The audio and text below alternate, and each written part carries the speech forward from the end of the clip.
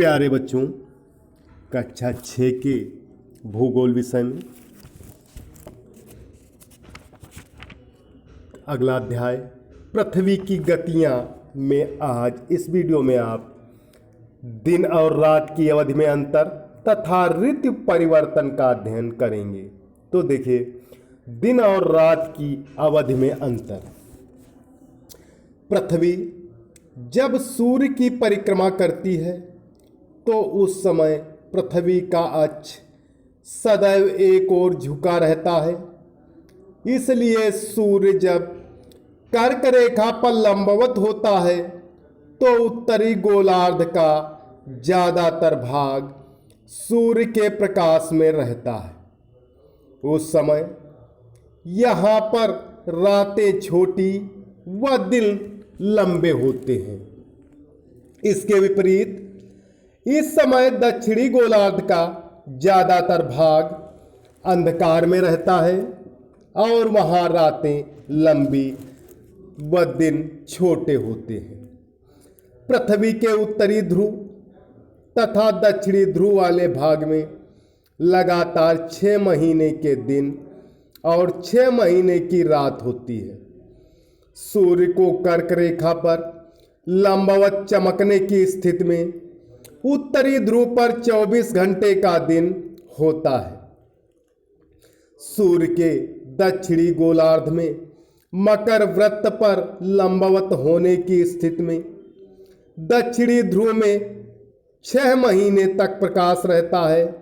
इसके विपरीत उस समय उत्तरी ध्रुव पर 6 महीने तक अंधकार रहता है। 21 मार्च और 23 सितंबर को सूर्य की किरणें विषुवत रेखा पर सीधी पड़ती हैं तथा इस समय दोनों गोलार्धों पर सूर्य का प्रकाश समान होता है। अतः समस्त विश्व में दिन रात की अवधि एक समान होती है। इस स्थिति को विषुवत भी कहा जाता है। भारत उत्तरी गोलार्ध में स्थित है। इस कारण यहाँ 21 जून को सबसे बड़ा दिन होता है और रात सबसे छोटी होती है। 22 दिसंबर की स्थिति उपर्युक्त के विपरीत होती है। इस समय मकर रेखा पर सूर्य की किरणें सीधी पड़ती हैं। परिणाम स्वरूप जैसे जैसे दक्षिणी गोलार्ध में देशांतर रेखाओं की ओर बढ़ते जाते हैं तो दिन लंबे और रातें छोटी होती चली जाती हैं, जबकि इस समय उत्तरी गोलार्ध में दिन छोटे और रातें लंबी होती हैं। आगे देखिए, ऋतु परिवर्तन। पृथ्वी का अपनी कक्षा में सूर्य के चारों ओर परिक्रमण ऋतु परिवर्तन का कारण होता है। सूर्य के सापेक्ष पृथ्वी की मुख्य 4 स्थितियां होती हैं। नंबर 1, ग्रीष्म संक्रांति। 21 जून को सूर्य कर्क रेखा पर लंबवत चमकता है। अब उत्तरी गोलार्ध सूर्य की ओर झुक जाता है और सूर्य का प्रकाश अधिकतम समय तक इस भाग पर पड़ता है। इसे ही ग्रीष्म संक्रांति कहते हैं। इस समय उत्तरी गोलार्ध में ग्रीष्म ऋतु होती है जबकि दक्षिणी गोलार्ध में शीत ऋतु। नंबर 2, शीत संक्रांति। 22 दिसंबर को सूर्य मकर रेखा पर लंबवत चमकता है।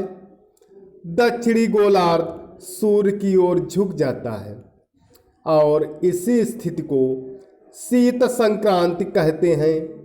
इस समय दक्षिणी गोलार्ध में ग्रीष्म ऋतु तथा उत्तरी गोलार्ध में शीत ऋतु होती है। नंबर 3, बसंत विषुवत। विषुवत का अर्थ है दिन रात का बराबर होना। 21 मार्च को सूर्य की किरणें विषुवत वृत्त पर सीधी पड़ती हैं।